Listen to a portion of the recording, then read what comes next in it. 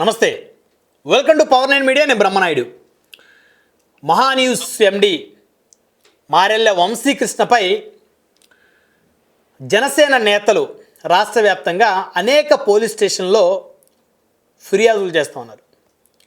తమ పార్టీకి చెందినటువంటి కీలక నేతలను కోవర్ట్లని చెప్పేసి ఆయన సృష్టిస్తున్నారని, తమ మనోభావాలను దెబ్బతీస్తున్నారని, తమ పార్టీని వ్యూహాత్మకంగా నిర్వీర్యం చేస్తున్నారని చెప్పేసి కొంతమంది జనసేన నేతలు సోషల్ మీడియా వేదికగా మహాన్యూస్ ఎండి వంశీకృష్ణపై వారు విరుచుకుపడుతూ ఉన్నారు.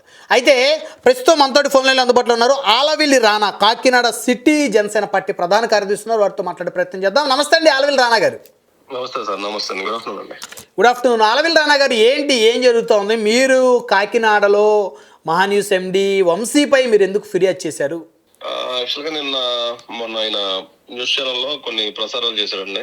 ఓకే. దానిలో ఆయన మా పవన్ కళ్యాణ్ గారు మెచ్చుకొని ఆయన బాలినేని శ్రీనివాస్ రెడ్డి గారు వైసీపీలో ఉన్నా సరే ఇటువంటి మంచి వ్యక్తి ఒకరు ఉన్నారు పార్టీలో అని చెప్పి అతన్ని మెచ్చుకొని గంజాయి పొలంలో తులసి మొక్క లాంటి వ్యక్తిని పొగిడి మా పార్టీలో తెచ్చుకుని కండువ కప్పి జాయిన్ చేసుకున్న వ్యక్తిని కోవట్ అనే ముద్ర వేసి జర్నలిజం ముసుగులో ఒక రాజకీయ అరాచక శక్తుల ఈ మహాన్యూస్ వంశీ కృష్ణ తయారయ్యాడు. పార్టీలో ఉంటూ కూటమిని విచ్ఛిన్నం చేస్తున్నాడు. ఇది ఏదో సంథింగ్ కుట్ర కోణంలోనే చేస్తున్నాడు. ఆయన ఎందుకు మా పార్టీ మీద ఎలా విరుచుకుపడుతున్నాడు, మా పార్టీలో ముఖ్యమైన నేతలను, బలమైన నేతలను ఇలా బహిరంగంగా కించపరుస్తూ మానసికంగా వాళ్ళ మీద ఒత్తిడి పెంచుతూ పార్టీ నుండి ఎవరైతే బలంగా గలం విలిపిస్తారో వాళ్ళని బెదిరించి బయటికి పంపే ప్రయత్నం ఏది. ఎందుకంటే ఆయన కోసం ఇంత ముందు కూడా మేము చూసాం. ఆయన చరిత్ర ఎవరికి తెలియదు కాదు. ఆ బ్లాక్ మెయిల్ దందాలు గాని ఇవన్నీ ప్రెస్ లో మీడియాలో అంతటి పోటుగాడు ఎవరు లేరా? ఇంత తక్కువ టైంలోనే అంత ఎత్తుకు ఎలా ఎదుగలిగాడు ఆయన? బ్లాక్ మెయిల్ దందా కాదు ఇదంతా. తెలుస్తుంటాయి ముందు ఈయన ఇటువంటి పిచ్చి ప్రాణాలు వాగుతూ ఉంటే జీవితం మొత్తం బయట పెడతాం.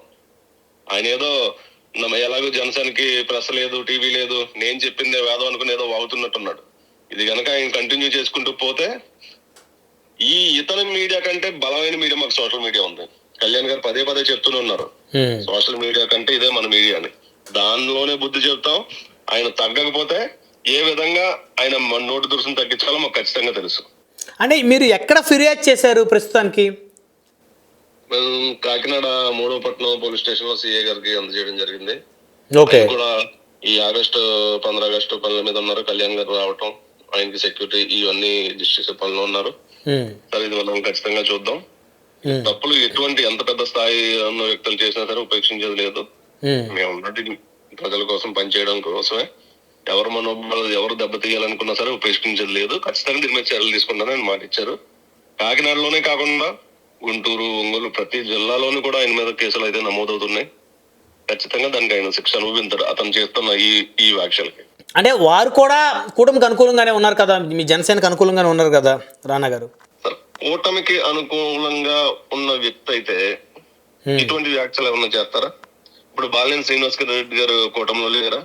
ఉన్నారు. జనసేన పార్టీ నాయకుడికి అత్యంత సన్నిహితుడు. ప్రకాశం జిల్లా మొత్తానికి బలమైన లీడర్ ఎవరన్నా ఉన్నారంటే మేము 200% నమ్మేది బాలినేని గారిని. ఓకే. అటువంటి ఒక వ్యక్తి మీద ఈయన చాలా సింపుల్ గా మీటింగ్ పెట్టి ఒక 4-5 వీడియోలు చేశాడు. కూటమిని విచ్ఛిన్నం చేసేది కాదా? ఇది కూటమిలో కుర్రపూరితంగా విడగొట్టేది కాదా? ఇది ఎవరు మాట్లాడుకోవాలి?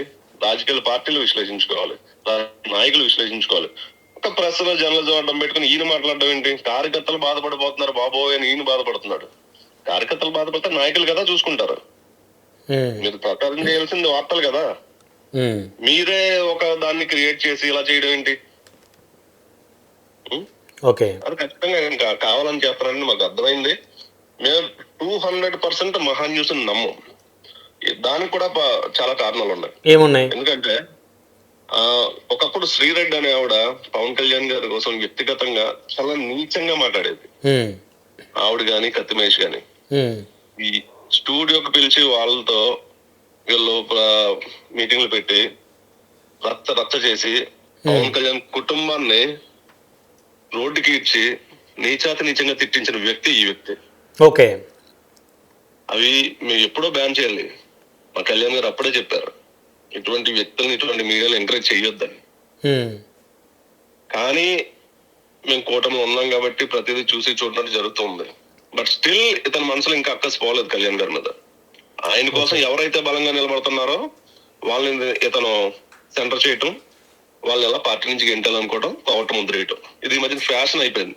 ఇప్పుడు వాళ్ళు వీళ్ళ దగ్గరికి వస్తారు, ఇలాంటి వార్తలు వేయకండి, మాకు ఎంతో కొంత ఇస్తారని అని చూస్తాడేమో. ఎందుకంటే ఇతను పందాగా అంత బ్లాక్మెయిల్ చేయటం, అందుకే ఇంత తక్కువ సమయంలో అంత పెద్ద వ్యక్తిగా ఎదిగాడు. టాలెంట్ అనేది ఎవరికి లేదు ప్రెస్ లో. అందరూ ఇతనిలాగా ఎదగలిగారా? లేదు, ఎందుకంటే అందరూ బ్లాక్మెయిల్ చేసి బతికే ఉద్దేశం ఉండదు. అది సార్. సో మొత్తానికైతే మీరు అందరూ కూడా రాష్ట్ర వ్యాప్తంగా కేసులు నమోదు చేస్తున్నారు, ఫిర్యాదులు? ఖచ్చితంగా సార్. ఆల్రెడీ కేసులు నమోదవుతున్నాయి. 15 ఆగస్టు తర్వాత మరిన్ని కేసులు దీని మీద బుక్ అయ్యే అవకాశం ఉంది. మేమైతే ఒకటే నిర్ణయించుకున్నాం, ఇతను గనక మళ్ళీ ఇదే తప్పులు చేస్తూ ఉంటే, ఆల్రెడీ ఒకసారి టీఆర్ఎస్ చేతిలో ఆఫీస్ మాత్రమే పగిలింది. బహుశా ఇదే మూర్ఖత్వ ధోరణి, ఇదే పొగరబోత్తనం, ఇదే పనికిమాలిన మాటలు గనక ఇతను కంటిన్యూ చేసుకుంటూ మా పార్టీని గెలుపుతూ ఉంటే గనక ఈసారి వంతు ఆఫీస్ది కాదండి, డైరెక్ట్ గా ఆయనకే తగులుతుంది. అది ఏ విధంగా అయినా డ్యామేజ్ ఆయనకే ఉంటది. ఈ ప్రెస్ ముఖంగా నేను చెప్తున్నాను, ఆయన పవన్ కళ్యాణ్ గారిని, మా పార్టీని ఎవరినైనా సరే డ్యామేజ్ చేసి మా పార్టీని నాశనం చేసే ఉద్దేశం కనుక ఆయనకు ఉంటే అనుభవించక తప్పదు. చెప్తున్నాను వంశీకృష్ణ, అయితే లాస్ట్ అండ్ ఫైనల్ వార్నింగ్. మా పార్టీలో ఏ నాయకులైనా సరే నువ్వు కాన్సన్ట్రేషన్ చేసి అలా నాశనం చేసి చేద్దాం అనుకున్నావా, కళ్యాణ్ గారిని ఒంటరి చేద్దాం నీ ఉద్దేశం కనుక ఉంటే ఇప్పుడే మానుకో. అది నీ ఎదుగుదలకి దేనికి మంచిది కాదు. ఓకే, అది సార్, ఇది ఉపేక్షించేది కాదండి. ఓకే, డైరెక్ట్ గా ఇప్పుడు ఇతను మాకు కార్యకర్తల కోసం మాట్లాడేది ఎవరండి ఇప్పుడు ప్రెజెంట్ ఉన్న నాయకుల్లో? 151కి ఒకటి అడగడం తప్ప. అవును, బాలినేని గారే కదా మీ పార్టీలో ఇప్పుడు పవన్ కళ్యాణ్ గారికి తర్వాత కార్యకర్తల కోసం ఆలోచించే నాయకుల్లో, ప్రధానమైనటువంటి నాయకుల్లో బాలినేని గారు కీలకమైన నేత, అందులో నో డౌట్. మీరు అన్నట్టు మొట్టమొదటి వ్యక్తి సార్ నాకు తెలిసినంత వరకు. అంత బలంగా అడగటం వేరు, ఒక బలమైన వ్యక్తి నిలబడటం వేరు. 5 సార్లు ఎమ్మెల్యేగా, 2 సార్లు మంత్రిగా గెలవాలంటే మాటలు కాదు రాజకీయంలో. మన కార్పొరేటర్ గా గెలవాలంటేనే నానా తిప్పలు పడాలి. అటువంటి బలమైన వ్యక్తి కార్యకర్తల కోసం, కార్యవర్గం కోసం గలం విప్పుతున్నాడు అంటే అది పార్టీ బలోపేతానికి సంకేతం. చాలా తక్కువ టైంలో ఇటువంటి వ్యక్తులు పార్టీని గట్టిగా నిలబెట్టగలరు. అటువంటి నమ్మకం వస్తున్న సమయంలో ఈయన మా మనోభావం దెబ్బతీయడానికి, మా ఏదైతే మేము చాలా ఉత్సాహంగా ఉన్నాం ఆ ఉత్సాహం మీద దెబ్బ కొట్టడానికి, కేవలం ఇప్పుడు వస్తున్న సార్వత్రిక ఎన్నికలు, ఈ ఎన్నికలు దృష్టిలో పెట్టుకుని వీళ్ళని మా దెబ్బతీసి వీళ్ళని నాశనం చేద్దాం. ఎవడైతే నోరెత్తుతున్నా ఆడిని నోరు మూయిద్దాం, కేవలం మొత్తం నోరు మూసుకుంటుంది అనే ఉద్దేశం ఇది. Okay, right. ధన్యవాదాలు ఆలవిల్ల రాణయ్య గారు ఫోన్లో అందుబాటులోకి వచ్చినందుకు. Thank you sir, thank you so much.